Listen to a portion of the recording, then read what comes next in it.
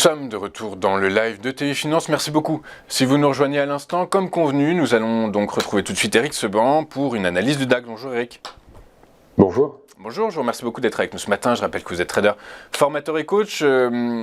Eric, le DAX qui, bien à l'image des principales places boursières mondiales, flanche depuis quelques séances, pénalisé évidemment par cette perspective de hausse des taux de la Réserve fédérale américaine. Ceci étant, alors il est passé sous les 13 000 $, il navigue pourtant dans la fourchette haute, je dirais la moyenne haute des 12 000 points. Est-ce qu'il faut s'inquiéter? Est-ce que la probabilité d'une chute vers les 12 000 points est envisageable? Alors, elle est envisageable, il va falloir quelques ingrédients qui convergent pour que la recette prenne. Là, on a une faiblesse qui est assez marquée, parce qu'on revient à nouveau dans la zone de danger. On avait eu plusieurs séances de hausse, on en parlait la semaine dernière, qui s'était faite selon moi dans un flux purement spéculatif, et puis on a la même chose dans l'autre sens, le départ ayant été donné mardi dernier avec les mauvais chiffres US. On avait eu une séance qui avait bien dégringolé. Je vous disais mercredi dernier que maintenant on allait regarder un peu dans le détail justement l'éventuelle variation de volatilité implicite sur les options, et puis la courbe du prix, l'action des prix, pour se faire une opinion sur la façon dont les investisseurs digèrent la nouvelle. Alors, oui, la baisse est importante, on est à plus de 3% entre mercredi dernier et maintenant. On revient dans le bas de la zone, là maintenant, voilà, 12 550, ça a été touché ce matin, on a un léger rebond, puis on y retourne. Évidemment, c'est pas top, ça fait 5 fois qu'on y retourne. On y est allé une fois en juillet, 2 fois en septembre, 2 fois je sais plus, je m'y perds un petit peu. Mars, juillet 2 fois, et puis septembre, c'est la deuxième fois. Donc, à force d'y retourner, et sachant qu'à chaque fois qu'on y va, les rebonds sont de moins en moins forts, évidemment, la probabilité qu'on glisse en dessous, elle existe. Je ne dirais pas qu'elle est forte, c'est pas mon scénario principal, parce que justement, à l'observation de la volatilité dès la semaine dernière, dès jeudi dernier, il n'y en a pas eu justement de hausse de volatilité. On est descendu, voilà, le graphique montre bien qu'on est redescendu jusqu'au niveau de double appui.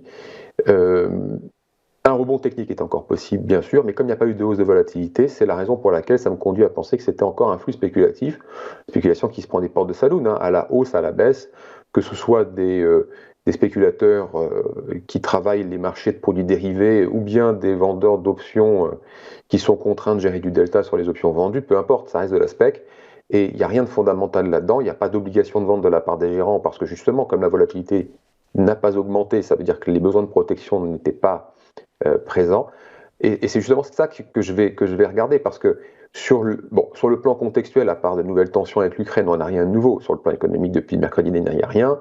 Sur le plan sanitaire, il n'y a plus rien. La volatilité, je vous le dis, reste élevée, mais elle est stable, et ça fait des semaines que ça dure. Et c'est normal, tout le monde est méfiant, mais tout le monde aussi est protégé. C'est bien ça qu'on lit dans le couple analyse Chartis, analyse de la volatilité. Et donc, comme on a un flux essentiellement spéculatif, ça veut dire que les gérants n'ont pas eu l'obligation de bouger, comme je viens de vous le dire, ils sont protégés. Ils sont protégés jusqu'où? Ça, c'est la question, en fait, on ne sait pas. Jusqu'à 15 500, oui, bien sûr, mais ça, on le sait bien, puisque ça fait plusieurs fois qu'on y retourne, et qu'à chaque fois, on n'a pas eu de hausse de vol, et à chaque fois, on a eu des rebonds plus ou moins timides, ou plus ou moins forts, mais essentiellement spéculatifs. Ce qui va être intéressant de voir, c'est maintenant si on passe sous 15 500, parce que je vous l'ai dit à plusieurs reprises, et vous l'avez repris à l'instant, glissade jusqu'à 12 150, 12 000, bien sûr, parce qu'il n'y a rien pour arrêter, mais il va falloir autre chose que juste passer en dessous. Il va falloir que la volatilité augmente, il va falloir que, en effet, on constate que les protections ne sont pas un cran plus bas. Parce que si elles sont un cran plus bas, ça ne va pas bouger. On va passer en dessous temporairement, à la faveur d'un manque d'acheteurs, et puis on va très probablement, sans en relais, revenir réintégrer la zone actuelle. Quand vous dites en dessous, c'est en dessous des 15 500 points ou des 12 000 points, des 12 500 points, pardon, ou des 12 000 points? 12 500. 12 500, d'accord. La zone 12 500, 550 dans laquelle nous sommes exactement à l'instant. Oui, c'est ça. J'ai peut-être dit autre chose, je me suis trompé. Non, pas du tout. Non, c'est juste que vous n'aviez pas précisé. Je ne savais pas, j'avais pas compris si il fallait craindre que ce mouvement vienne à franchir à la baisse les 12 000 points en fait, ou si on allait naviguer. 12 500 avec une hausse de volatilité, c'est en effet une glissade extrêmement probable jusqu'à 12 150 et 12 000. Mais il va falloir les deux. Si on a juste un passage sous 12 500, pardon, c'est peut-être là que je me suis trompé, ça va pas être suffisant pour avoir un relais. Parce que justement, si la vol n'augmente pas, ça veut dire que justement les protections sont opérantes et donc par conséquent, il n'y a pas d'obligation justement d'aller vendre ses portefeuilles, de faire le ménage et de commencer à sortir à faire des programmes de vente, hein, tout simplement. On n'en est pas du tout là. Et puis, bien sûr, un énième rebond est encore possible dans la zone. Mais on voit bien que les rebonds sont de plus en plus timides. Là, nous sommes remontés jusqu'à... Voilà, le dernier rebond, c'est 13 500. Le précédent, c'était 14 000. D'accord. Vous voyez, ça s'essouffle. Les rebonds s'essoufflent. Est-ce qu'il y a un moyen, Eric, de connaître justement où sont placés les stops des gérants?